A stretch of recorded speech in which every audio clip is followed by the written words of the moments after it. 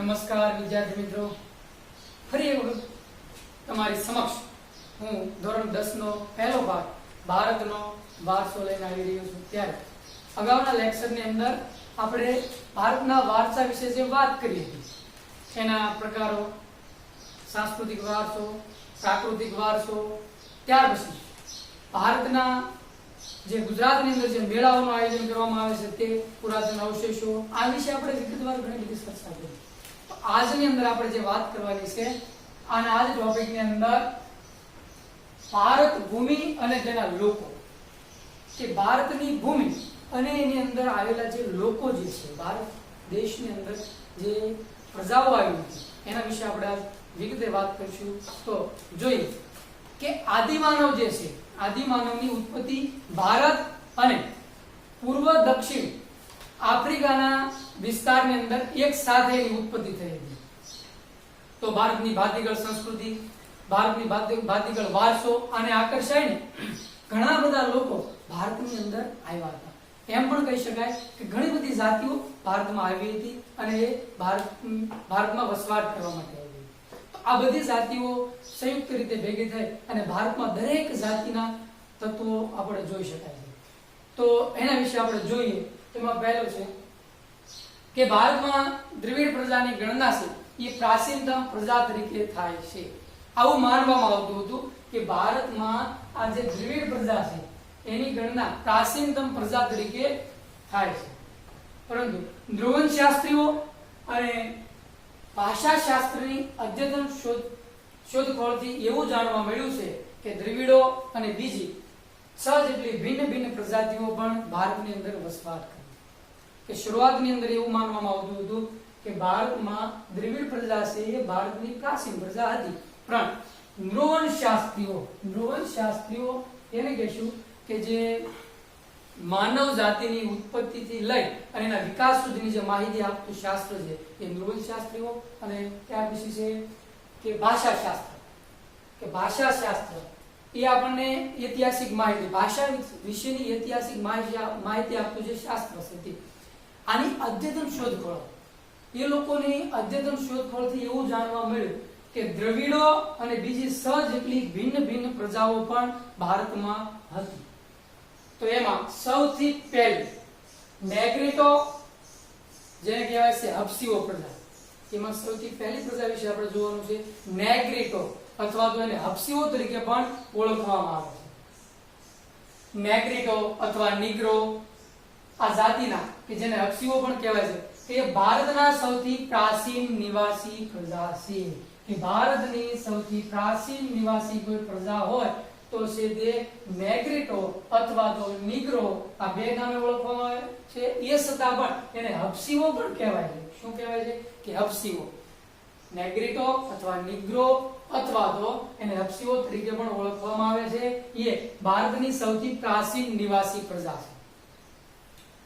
કેટલાક ઇતિહાસકારોને એવું માનવું છે કે નેગ્રીટો અથવા નીગ્રો અથવા તો હબસીઓ આ જે પ્રજા જે છે તે આફ્રિકાથી બલુચિસ્તાનના રસ્તે થઈને ભારતમાં આવેલી હતી। ક્યાં થઈને આવી છે? તો કે આફ્રિકામાંથી બલુચિસ્તાનના રસ્તે થઈ અને ભારતની અંદર તે આવેલી। હવે એના વિશે, એની શારીરિક વિશેષતા વિશે વાત કરીએ તો જોઈએ કે વર્ણ તેઓ શ્યામ હતી। એનો વર્ણ, દેખાવ કેવો હતો? શ્યામ, શ્યામ કહેતા કાળા રંગના તેઓ હતા, અને 4 થી 5 ફૂટ ઊંચાઈ, ઊંચાઈ કેટલી? 4 થી 5 ફૂટ એની ઊંચાઈ હતી, અને માથે વાકડિયા વાળ, વાળ જો હતો તમને વાકડિયા। તો આ એની શારીરિક વિશેષતા। ઘણી વખત પૂછાય છે કે નેગ્રીટો હબસીઓની શારીરિક વિશેષતા વર્ણવો, તો આપણે એમાં લખી શકીએ કે વર્ણે તેઓ શ્યામ, 4 થી 5 ફૂટ એની ઊંચાઈ, અને માથે છે તો વાકડિયા એમના વાળ। આ એની શારીરિક વિશેષતા। પણ ક્યાં થઈને આવ્યા હતા? આફ્રિકામાંથી તે બલુચિસ્તાનના માર્ગે થઈ અને ભારતની અંદર આ પ્રજા આવેલી। તો એ પહેલી પ્રજા। ત્યાર પછી છે બીજી પ્રજા, ઓસ્ટ્રેલિયોઇડ પ્રજા, એને બીજા નામે નિષાદ તરીકે ઓળખવામાં આવે છે, નિષાદ પ્રજા તરીકે। આ પ્રજા અગ્નિ એશિયામાંથી આવેલી, અગ્નિ એશિયાના રસ્તે થઈ અને ભારતની અંદર આવેલી। તેઓ રંગે શ્યામ, લાંબુ અને ટૂંકું, લાંબુ અને પહોળું માથું, કેવું માથું છે? થોડુંક લાંબુ અને પહોળું એમનું માથું, ટૂંકું કદની અંદર તેઓ ટૂંકા, થોડા નીચા. ચપટું નાક જોઈએ તો ચપટું. આ એમની શારીરિક વિશેષતા. ભારતમાં આવેલા આર્યો તેને નિષાદ કહેતા હતા, કે ભારતની અંદર આવેલા જે આર્યો છે એને નિષાદ તરીકે ઓળખતા હતા.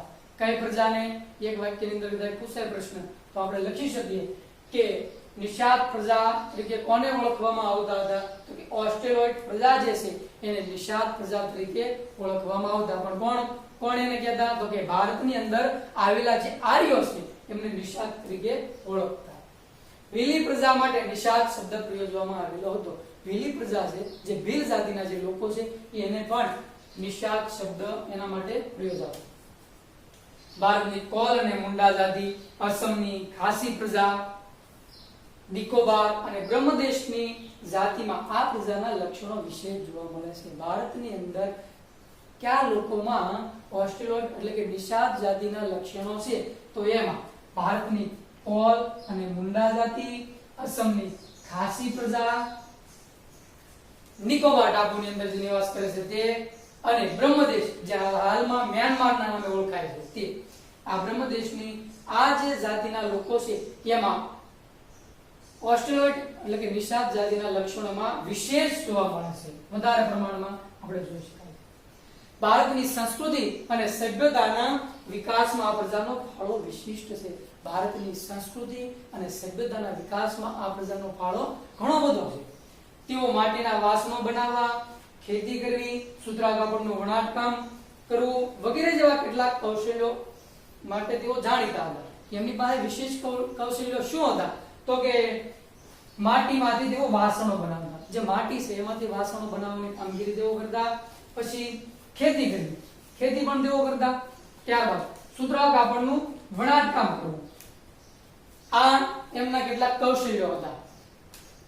તેઓ પોતાની ધાર્મિક માન્યતાઓ પણ ધરાવતા હતા. એમને પણ પોતાની અમુક ધાર્મિક માન્યતાઓ હતી. આપણે જેમ આપણે ધર્મને અનુસરી છે એ રીતે આપણે માન્યતા અનુસરતા હોઈએ. માન્યતા પ્રમાણે ધર્મની દેવ દેવીઓની પ્રતિમાઓને પૂજા કરતા હોય તો આ જે પ્રજા હતી એ પણ એમની પોતાની ધાર્મિક માન્યતાઓ પણ હતી. હવે જોઈએ દ્રવિડ લોકો. દ્રવિડો છે તે મૂળ ભારતના હતા. એવું માનવામાં આવે છે કે દ્રવિડ લોકો છે એ મૂળ ભારતના જ હતા. આ સિવાય તેમને મોહેન્જો-દડોની સિંધુ સંસ્કૃતિના સર્જકો અને પાષાણ યુગની સંસ્કૃતિના સીધા વારસદાર તરીકે ઓળખવામાં આવે છે. કે દ્રવિડોને સિંધુ સંસ્કૃતિના સર્જકો, કે સિંધુ સંસ્કૃતિનું સર્જન કયા લોકોથી થયું જો એમ પૂછવામાં આવે તો આપણે એમાં કહી શકીએ કે દ્રવિડ લોકો છે તે મોહેન્જો-દડોની સિંધુ સંસ્કૃતિના સર્જકો અને પાષાણ યુગની સંસ્કૃતિના સીધા વારસદાર તરીકે અમને ઓળખવામાં આવે છે. ઉત્તરમાંથી આવેલી વિવિધ પ્રજાની ભાષા, સાંસ્કૃતિક લક્ષણો ટકી રહ્યા. સમયાંતરે આ લોકો દ્રવિડ કહેવાયા. કે ઉત્તરમાંથી જે લોકો આવ્યા હતા એમની ભાષા, એમની સાંસ્કૃતિક લક્ષણો એ ટકી રહ્યા અને અંતે તેઓ દ્રવિડના નામથી ઓળખાયા. દ્રવિડો માતા રૂપે દેવી પાર્વતી, કે દ્રવિડો છે એ માતા રૂપે દેવી પાર્વતી અને પિતૃ રૂપે પરમાત્મા એટલે કે ભગવાન શંકરની એવો પૂજા કરતા. કે માતા રૂપે તે કોને પૂજતા? તો કે પાર્વતીજીને. અને પિતૃ રૂપે કોની પૂજા કરતા? તો કે શિવની પૂજા તેઓ કરતા. અને આ એમને સમજ એને આપણને આપી છે. આ સિવાય એમણે દીપ એટલે કે દીવો પ્રગટાવો, ધૂપ, પૂજા, આરતી આ પરંપરા આપણને દ્રવિડો તરફથી મળી છે. આ ઉપરાંત પ્રકૃતિ પૂજા, પશુ પૂજા વગેરે દ્રવિડોની ભેટ છે એવું પણ માનવામાં આવે છે. કે જે આપણે પ્રકૃતિની પૂજા કરીએ છીએ, પશુઓની જે પૂજા કરીએ છીએ, આ બધી ભેટ કોના દ્વારા આપણને મળી છે? કે દ્રવિડ દ્વારા. દ્રવિડોના મૂળ જે દેવ હતા એ આર્યોએ સ્વીકારી લીધા. કે બીજી જે પ્રજા છે જેને આર્યો તરીકે આપણે ઓળખીએ છીએ એને આ દ્રવિડોના જે મૂળ દેવી દેવતાઓ હતા એનો સ્વીકાર કરી લીધો અને તેમને સંસ્કૃતિના દેવો તરીકે એને પુનઃસ્થાપ્યા અને પોતાની સંસ્કૃતિના દેવો તરીકે એમને ફરીવાર સ્થાપ્યા. સમય જતા ઉત્તરમાં પ્રચંડ પ્રભાવ દ્વારા દ્રવિડોમાં આર્ય સંસ્કૃતિ ઊંડે સુધી વ્યાપી ગઈ અને આંતરજ્ઞાતીય લગ્ન સંબંધો પણ બંને વચ્ચે પ્રસર્યા કે દ્રવિડ અને આર્યો વચ્ચે સમય જતા લગ્ન સંબંધોથી તેઓ જોડાવા લાગ્યા. દ્રવિડોમાં માતૃમૂલક કુટુંબ પ્રથા પ્રચલિત હતી કે આપણે કુટુંબની અંદર મુખ્ય વ્યક્તિ તરીકે આપણે પિતાને માનતા હોઈએ છીએ, પણ દ્રવિડ લોકો છે એ એના કુટુંબની અંદર માતૃમૂલક એટલે કે માતાને માન વધારે આપતા હતા અને બાળકના નામ પાછળ માતાનું નામ લગાડવામાં આવતું હતું. તેઓએ અવકાશી ગ્રહોના ક્ષેત્રોમાં અને વિવિધ કલાઓ જેવી કે કાંતવું, વણવું, રંગવું, હોડી તરાપા જેવા ક્ષેત્રોમાં તેમનું વિશેષ પ્રદાન થયું છે. દ્રવિડોએ આપણને અવકાશ અંગેના જે વિસ્તાર અવકાશ અંગેની જે માહિતી છે એમણે આપેલી છે. ત્યાર પછી એના પર ઘણી બધી કલાઓ જેવી હતી. એમાં કહી શકાય કે કાંતવું, વણવું આ પણ એક દ્રવિડોની જ દેન છે. ત્યાર પછી રંગવું, રંગકામ કરવું, પછી હોડી, તરાબા આ તમામ વસ્તુઓ છે એ આપણને દ્રવિડો તરફથી મળેલી છે. આ એમનું વિશેષ પ્રદાન જોવા મળે છે.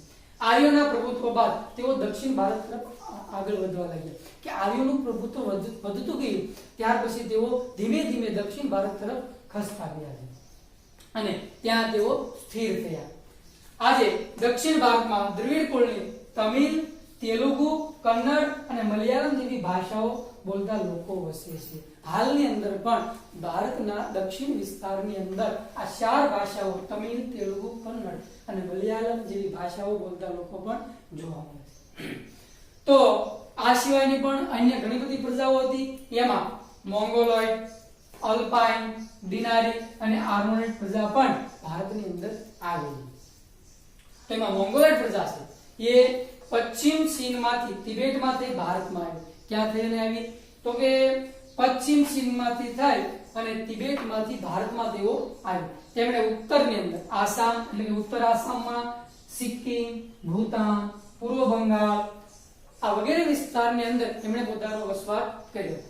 એની શારીરિક વિશેષતા જોઈએ તો વર્ણે તેઓ પીળા હતા. કેવો હતો વર્ણ એનો? પીળો હતો.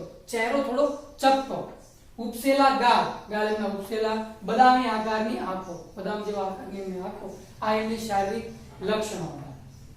પીળા રંગના હોવાથી એમને કિરાત તરીકે ઓળખવામાં આવતા હતા. કે મોંગોલોઇડ જે પ્રજા છે એનો વર્ણ પીળો હોવાથી એને કિરાત તરીકે પણ ઓળખવામાં આવતા.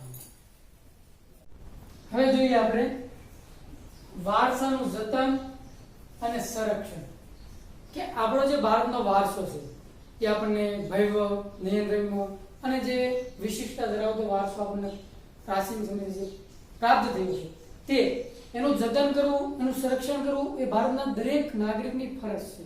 કે ભારતના આ જે આપણો વારસો જે છે એ વારસાએ ભારતના લોકોને વિશ્વમાં અગ્રીમ સ્થાન અપાવ્યું છે. એટલા માટે ભારતના દરેક નાગરિકને એની ફરજ એનું પાલન કરવું અને એનું સંરક્ષણ કરવું એ આપણી ફરજ છે. એટલા માટે આપણા પ્રાચીન ઐતિહાસિક મૂલ્ય અને મહત્વ ધરાવતા વારસાના સ્થળોને કોઈ નુકસાન ન પહોંચાડે અને એનું જતન કરે તે માટે બંધારણની અંદર પણ નાગરિકની જે મૂળભૂત ફરજો જણાવી છે એની અંદર એનો સમાવેશ કરવામાં આવ્યો છે કે ભારતના દરેક લોકો વારસાનું જતન અને સંરક્ષણ કરે. એટલા માટે ભારતીય બંધારણની અંદર જે આપણી મૂળભૂત ફરજો છે એની અંદર એનો સમાવેશ કર્યો છે.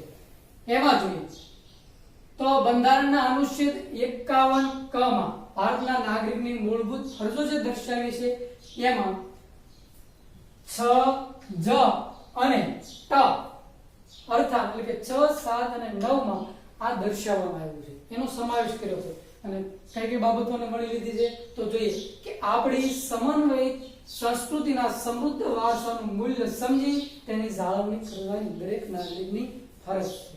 ત્યાર પછી જંગલો, તળાવો, નદીઓ અને વન્ય પશુ પંખીઓ સહિત કુદરતી પર્યાવરણનું જતન કરવું અને તેની સુધારણા કરવાની અને સર્વ જીવો પ્રત્યે અનુકંપા રાખવાની પણ આપણી ફરજ છે. ત્યાર પછી જાહેર મિલકતનું રક્ષણ કરવાની અને હિંસાનો ત્યાગ કરવાની ફરજોનો પણ સમાવેશ કર્યો છે.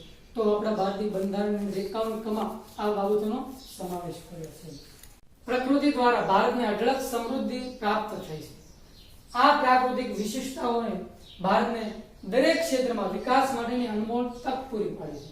તો ભારતનો વારસો છે એ સદીઓથી ભારતના લોકો દ્વારા આર્થિક, રાજકીય, સામાજિક અને સાંસ્કૃતિક ક્ષેત્રે કરેલા વિકાસનું પરિણામ છે.